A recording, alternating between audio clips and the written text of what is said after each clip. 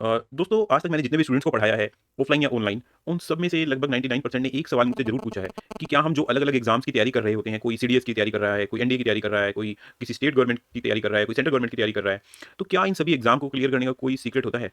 तो मैं आप लोगों को भी वही बात आज बताने जा रहा हूँ कि आप सिर्फ एग्ज़ाम को मत लीजिए, आप अपनी लाइफ़ में कुछ भी करना चाहते हैं, आप कोई एग्ज़ाम क्लियर करना चाहते हैं, अपनी हेल्थ इंप्रूवमेंट करना चाहते हैं, आप अपनी खुद की पर्सनैलिटी में कोई इंप्रूवमेंट करना चाहते हैं, उसका सिर्फ एक ही मूल मंत्र है, वो है या तो आप किसी चीज़ को छेड़िए मत या फिर उसको छोड़िए मत, ठीक है? यानी कि या तो उसको स्टार्ट मत कीजिए और अगर एक बार आपने स्टार्ट कर लिया है तो उसको आप एंड तक लेके जाइए। जो ये बीच का प्रोसेस है, इसके मन में आप आपके मन में कोई डाउट नहीं क्रिएट होना चाहिए।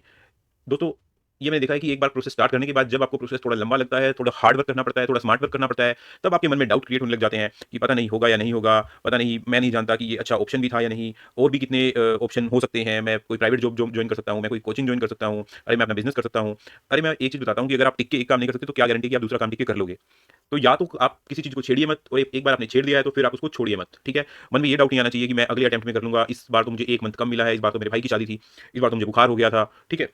तो चलिए दोस्तों स्टार्ट करते हैं। ये हमारी इडियम एंड फ्रेजेज़ की सीरीज़ है। इससे पहले हमारे 15 पार्ट आ चुके हैं, वो भी आप ज़रूर चेक कीजिए।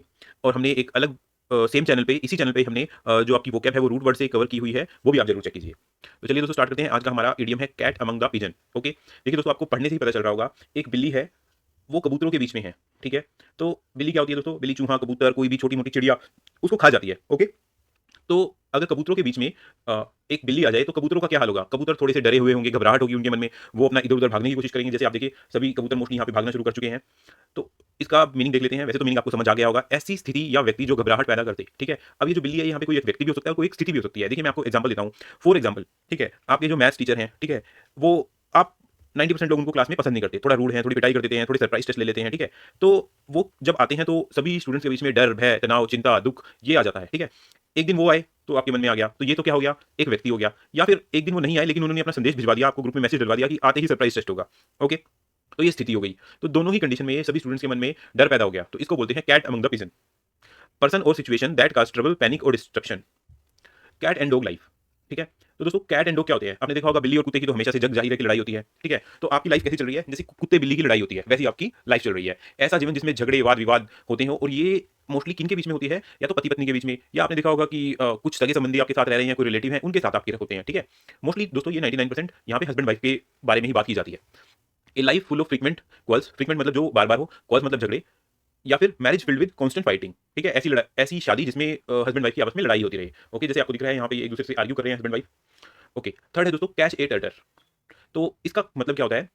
इसका मतलब होता है दोस्तों कोई ऐसी ऐसी व्यक्ति या ऐसी स्थिति में फँस जाना जो इतना ज़्यादा आपने उम्मीद नहीं किया था, उससे ज़्यादा कठिन परिस्थिति में फँस जाना। फॉर एग्ज़ाम्पल जैसे कि आप एग्ज़ाम देने गए, ठीक है? आपने पूरी अच्छे से तैयारी की हुई थी, आप बहुत ज़्यादा कॉन्फिडेंट थे कि मैं तो 100% मार्क्स ले आऊँगा अपने साइंस के एग्ज़ाम में। लेकिन क्या हुआ कि उस पर्टिकुलर ईयर में एग्ज़ामिनर अलग ही मोड में चला गया और आपका एग्ज़ाम कुछ अलग ही बना दिया।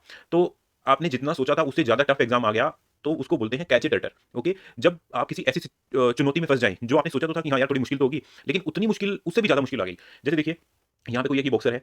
अभी जब बॉक्सिंग मैच में आया है तो उसको पता है कि कुछ ना कुछ तो मुश्किल आएँगी, लेकिन यहाँ पे जो सामने वाली बॉक्सर है वो देखिए काफ़ी ज़्यादा स्ट्रॉन्ग लग रही है, तो इसको पसीने आ गए हैं, अपना पूरा थक चुकी है ये बॉक्सर।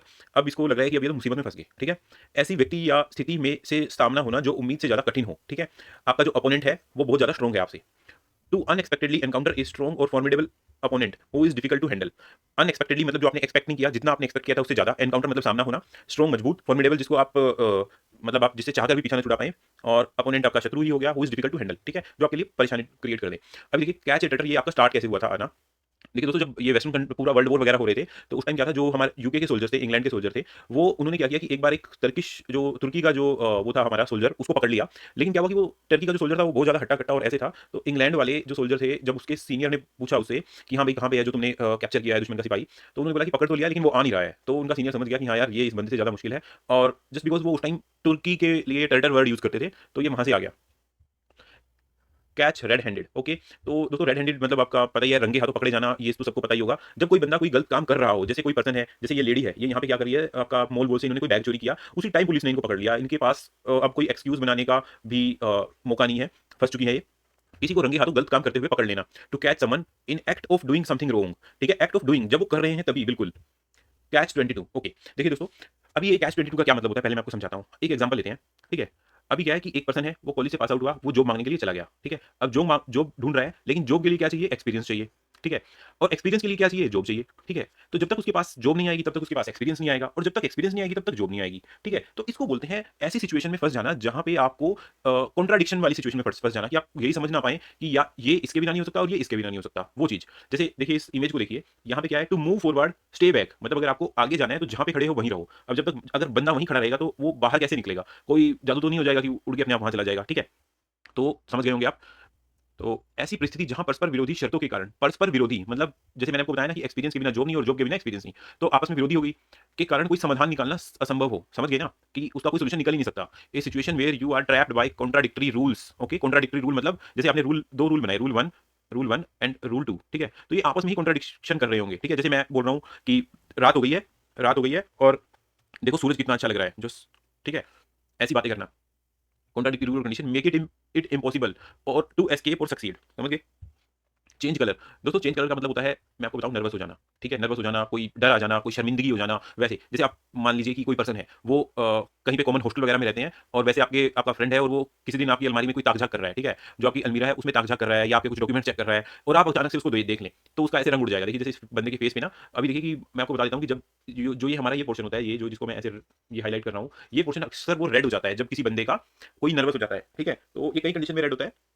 तो यहाँ से आया कि चेंज कलर हो गया बंदे का, ठीक है? ये साइकोलॉजिकल फैक्टर होता है दोस्तों, बॉडी हमारी रिएक्ट करती है और उस टाइम पे यहाँ से हमारे जो गाल होते हैं वो लाल हो जाते हैं, ठीक है? तो इसको बोलते हैं change colours. Chase rainbow, okay, rainbow का पीछा करना। अब दोस्तों देखियो देखो जिंदगी में आप लोगों ने कभी ना कभी तो रेनबो, जिसको हम बोलते हैं हिंदी में इंद्रधनुष, तो देखा ही होगा, ठीक है? इंद्रधनुष सभी ने देखा होगा। तो क्या कभी आप ऐसा कर सकते हैं कि भाई इंद्रधनुष को जाके मैं पकड़ लूं, ठीक है? ऐसा कभी पॉसिबल ही नहीं होगा। तो अ, इसका मतलब क्या हुआ? टू परस्यू अनरियलिस्टिक, इम्प्रैक्टिकल और अनअटेनेबल गोल। कोई रियल है, कोई गोल है जो आपने बनाया है, वो अनरियलिस्टिक है, इम्प्रैक्टिकल है और अनअटेनेबल है, ठीक है? कुछ भी आ सकता है एग्जाम में, अनरियलिस्टिक आ सकता है, अनप्रैक्टिकल इम्प्रैक्टिकल आ सकता है, अनअटेनेबल आ सकता है। ऐसे सपनों या लक्ष्यों का पीछा करना जो असंभव और अव्यवहारिक हो। अब मान लो कि आप ऐसा कोई एक गोल बना लो कि भाई मैं एक वीक के अंदर 8 पैक एब्स निकाल के दिखाता हूँ आपको, तो बिल्कुल इम्पॉसिबल है दोस्तों ये। तो समझ गए होंगे आप। चिकन हार्टेड, देखो दोस्तों आपने देखा होगा जो हमारा चिकन होता है, मुर्गा मुर्गी जो भी है, वो बहुत जल्दी डर जाते हैं, मतलब उनको टच भी नहीं कर पाओगे, ठीक है? इतना वो डरपोक होता है। तो अगर कोई बंदा बहुत ज्यादा डरपोक होता है, तो उसके लिए यूज किया जाता है कि भाई इसका दिल तो चिड़िया जैसा है। आपने आम लैंग्वेज में सुना होगा, भाई इसका तो चिड़िया का दिल है, ठीक है? एक डरपोक या कायर व्यक्ति जो आसानी से डर जाता है। चाइल्ड्स प्ले, ओके, तो चाइल्ड प्ले आपने एक सुना होगा दोस्तों, बच्चों का खेल, ठीक है? अरे इस काम में हाथ मत डालना, ये काम कोई बच्चों का खेल नहीं है, ठीक है? तो वो समझ गए होंगे कि ये कोई बहुत आसान काम नहीं है, ठीक है? बहुत ही आसान आसान काम होना, सॉरी मैंने गलत बता दिया आपको, बहुत ही कोई आसान काम होना, उसको बोलते हैं हम चाइल्ड प्ले, ओके?